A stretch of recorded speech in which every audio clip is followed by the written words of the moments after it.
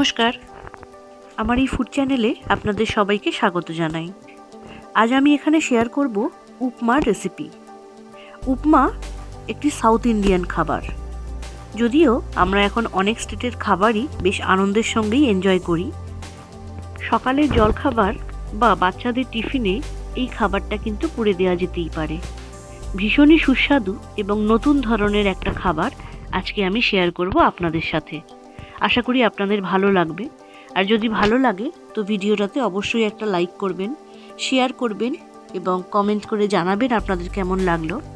আর আমার এই চ্যানেলে যদি নতুন বন্ধু হয়ে থাকেন তাহলে চ্যানেলটিকে সাবস্ক্রাইব করে পাশে থাকা বেল আইকনটিকে প্রেস করে রাখার অনুরোধ রইল।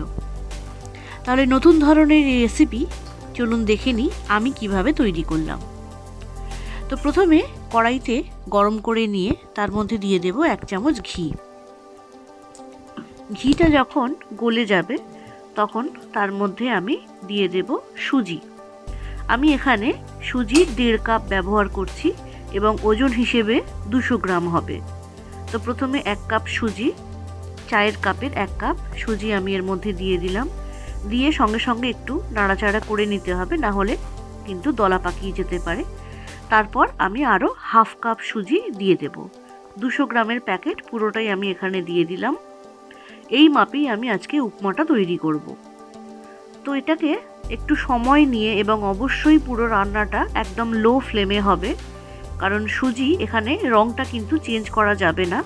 সুজির যে সাদা রঙটা, এই সাদা রঙটাকে কিন্তু বজায় রাখতে হবে, কারণ উপমার রঙটা কিন্তু সাদাই হয়। তো লো ফ্লেমে এটা 5 মিনিট ধরে একটু হালকা করে ভেজে নেব এবং খুব সুন্দর একটা সেন্ট যখন চলে আসবে তখন কড়া থেকে সুজিটাকে নামিয়ে নেব। দেখুন এরকম ভাজা করতে করতে সুজিটা কিন্তু একদম ঝরঝরে হয়ে গেছে। তো ওটাকে নামিয়ে নিলাম। নিয়ে ওই কড়াইতেই আবার 4 চামচের মতো রিফাইন্ড অয়েল দিয়ে প্রথমে চিনেবাদামগুলোকে ভেজে নেব, কারণ উপমাতে চিনেবাদামটা ব্যবহার করা হয়। হালকা করে ভেজে নিয়ে একটা পাত্রে আমি তুলে নিলাম।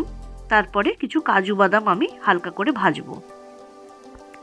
কাজু বাদামগুলোকেও তেল থেকে তুলে নিয়ে কালো সর্ষে দিলাম, আর দিলাম সাদা জিরে, বিউলির ডাল আর কারি পাতা। এইগুলোকে ফোড়ন হিসেবে দিয়ে একটু নাড়াচাড়া করে নিয়ে তারপরে এর মধ্যে আমি দিয়ে দেব কুচনো রসুন এবং আদা। যদি নিরামিষ করতে চান তাহলে রসুনটাকে অ্যাভয়েড করবেন। একটু কাঁচা লঙ্কা দিয়ে দিলাম, ঝাল ঝাল খেতে ভালোই লাগবে। তো এরপর ছোট ছোট করে কেটে রাখা কিছু গাজর আমি এখানে ব্যবহার করছি, কারণ উপমাতে একটু সবজির ব্যবহার করলে কিন্তু বেশ ভালোই লাগে। দিয়ে দিলাম একটা মিডিয়াম সাইজের কুচনো পেঁয়াজ। তো পেঁয়াজটা দিয়েও হালকা করে একটু ভেজে নেব। এরপর ভাজা ভাজা হয়ে গেলে আমি একদিকে 1.5 কাপ সুজির জন্য আমি এখানে 2.5 কাপ জল গরম করে নিয়েছি। তো আবারও ফিরে এলাম রান্নায়। এদিকে গাজরগুলো সেদ্ধ হয়েই গেছে। এরপর আমি এখানে ভাজা যখন হয়ে যাবে তখন এর মধ্যে কিছু মটরশুঁটি দিয়ে দেবো। মটরশুঁটিটা একদম শেষে দিলাম, কারণ মটরশুঁটি তেলের মধ্যে ছিটকে আসে আর মটরশুঁটি সেদ্ধ হতে বেশি সময়ও লাগে না। এরপর ভেজে রাখা সুজিগুলো এর মধ্যে দিয়ে দিলাম। দিয়ে হালকা হাতে একটু নাড়াচাড়া করে নেব, পুরো সবজির সাথে সুজিটা যাতে ভালোভাবে মিশে যায়। এই রকম ভাজা হয়ে যাওয়ার পর যে 2.5 কাপ জল আমি গরম করেছিলাম সেই জলটা আমি এর মধ্যে দিয়ে দিলাম। আপনাদের হয়তো মনে হতে পারে জলটা অনেক বেশি হয়ে গেছে, কিন্তু না, সুজি এক্ষুনি কিন্তু পুরো জলটা টেনে নেবে। তবে জল দেওয়ার পরেই ফুটতে থাকবে, তাই একটা ঢাকা দিয়ে দেব। 2-3 মিনিট পর ঢাকাটা খুলে দেখুন সুজি কিন্তু পুরো জলটাই টেনে নিয়েছে। আমাদের উপমাটা কিন্তু অনেকটাই তৈরি হয়ে গেছে।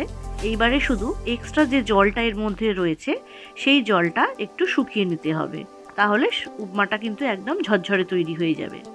ভেজে রাখা চিনেবাদামগুলো দিয়ে দিলাম কাজু বাদাম। দিয়ে আরও একবার ভালো করে নাড়াচাড়া করে নেব যাতে বাদামগুলো উপমার সঙ্গে মিশে যায়। দিয়ে দেব কুচনো ধনেপাতা। যদি ধনেপাতা না খান নাও দিতে পারেন। তো ধনেপাতাগুলো দিয়ে পুরো মিশ্রণটাকে আরও একবার ভালো করে নাড়াচাড়া করে নেব। দেখুন কত সুন্দর আমাদের আজকের এই দক্ষিণ ভারতীয় খাবার উপমা তৈরি হয়ে গেছে এবং খেতে বেশ ভালোই স্বাদের হয়েছে, দেখেই বোঝা যাচ্ছে। তো এবারে পরিবেশন করে দিন।